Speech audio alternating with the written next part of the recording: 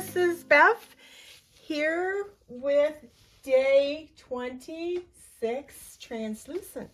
I'm going to work with a piece of deli paper as my base. Then I'm going to take, to start with, some of this Tim Holtz Ideology collage paper. It's a tissue paper, and I want to apply some of that to my deli paper.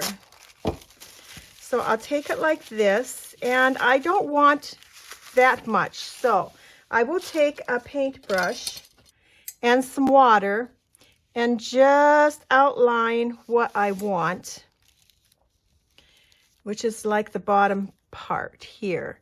And then I can take and I can tear that just like this. And then I'll set this piece aside for another project. And then this piece is going to go on here. Let me look through my napkins. I actually have this pretty tissue paper. And let's tear some of that. It has some flowers on it. This tissue paper was bought from Hobby Lobby. Get one piece of that.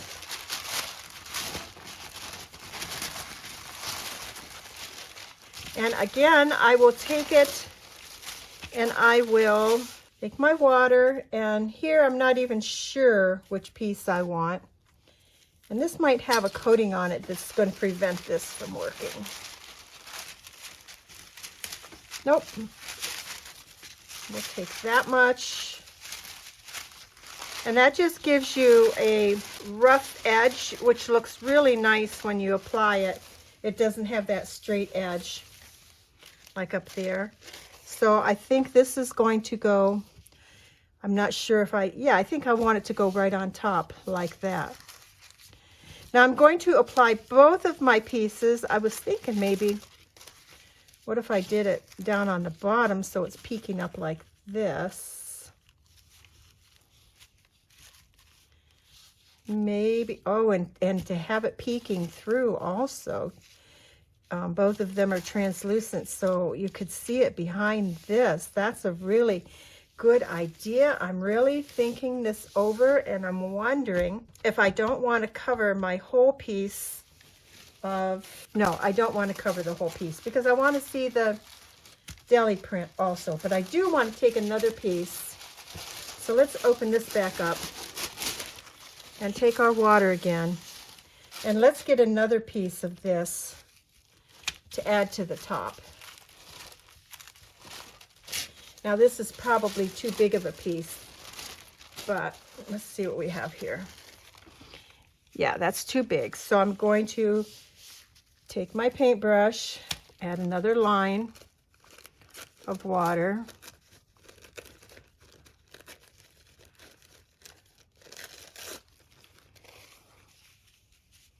Okay, that's what I want. So let's start with that, and I will take my matte medium. Now, you don't have to use matte medium. You could, let me just show you that also. Just take a piece of paper here, take your tissue paper and a glue stick. Oh, and I haven't replaced it. I'll be right back. Okay, so very carefully, and I would start from the middle and work out. I would rub on some of my glue stick, and you want to make sure that you get all of it.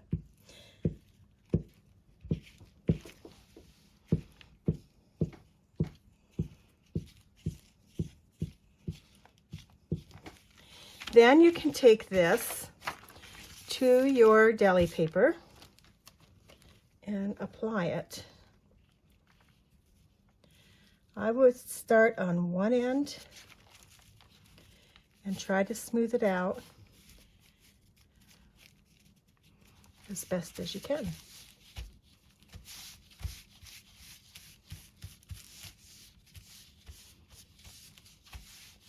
And that is another way that you could add that. Just use the glue sticks. So let's take this piece and add more glue to it.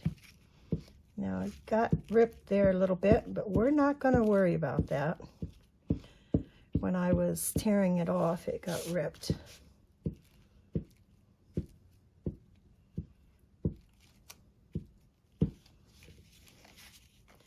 So if you get some pretty tissue paper in a gift, with a gift, you want to save it.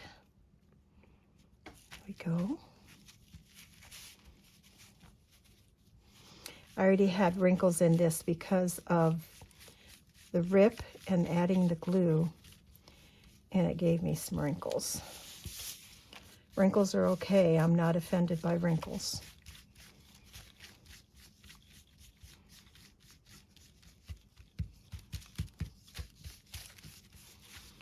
So that is one way you can add your tissue paper, your napkins, whatever you might have that's real thin. I'm going to take this one and I'm going to apply that with some matte medium. So I'll take my matte medium and I'll take a scruffy brush. Actually, I want to use a softer brush for this. And again, I'll start at the center and work my way out and apply a layer of matte medium all over my tissue paper. And pick that off. Bring my page back down. And I'm going to lay that on top of my deli print, right on top of the other tissue paper. And I'm going to start at the center, and I'm going to apply another layer of matte medium to the outside edge of this. And I am loving that the flowers show through. So very pretty. And I could have added my matte medium to just on top of my deli paper and then put my tissue paper down. I don't think it really matters which way you do it. Whatever way works best for you. Get some more over here. And I'm not pressing very, very hard on my brush here. I don't want to tear my paper if I can help it. But if I do, I do. And if I find any air bubbles, I'm trying to work them toward the edge and work them on their way out. So that's taking 2 tissue papers and layering them and getting a different tissue paper. I like that. So up here, I'm not sure. Let me open my book.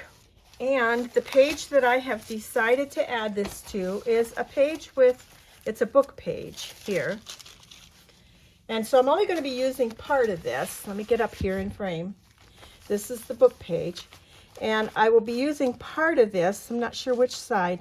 And so my book page is also going to show through. So do I want that part? Do I want the center? Do I want this? I think I like the idea of more of this showing. So I'm going to fold or cut this. Let me see if I can tear it. I better cut it. I'm going to cut this right up through the center. And then I'll have half of it for another project. And then this half is going to go on over top of my book paper. And it looks like I'll have to cut the edge again because it's too wide. So let me just take a little more off. Which edge? Let's take it off this edge.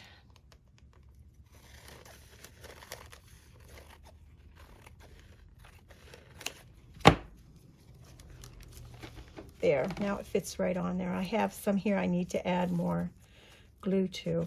And then I will glue this all down on this page with some more matte medium. And let me make sure that I get some up under here. There we go. And then I'll put a layer, either above the frame or below the frame. All right, let's get some matte medium here on this whole page.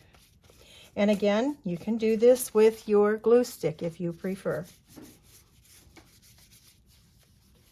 And then I will take my deli paper and starting at the back side, making sure I have it where I want it, just press that down. And I'm going to add another coat, working from the spine side out to the outer edge of my journal.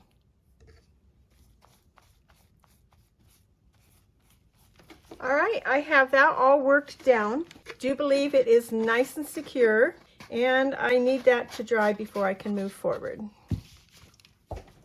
So that is a really quick and easy way to get some color onto an otherwise boring page, book page, but yet you're still using the print from the book page, and that adds to the whole thing. Now, to finish this page off, I want to add notepad. Remember when we did, I think it was memory, when we made this page right here, and I think it was, oh, it was throwback. And it was a throwback to when I used the markers on the rubber stamp for a watercolor type flower. And remember, from a second print, I got this.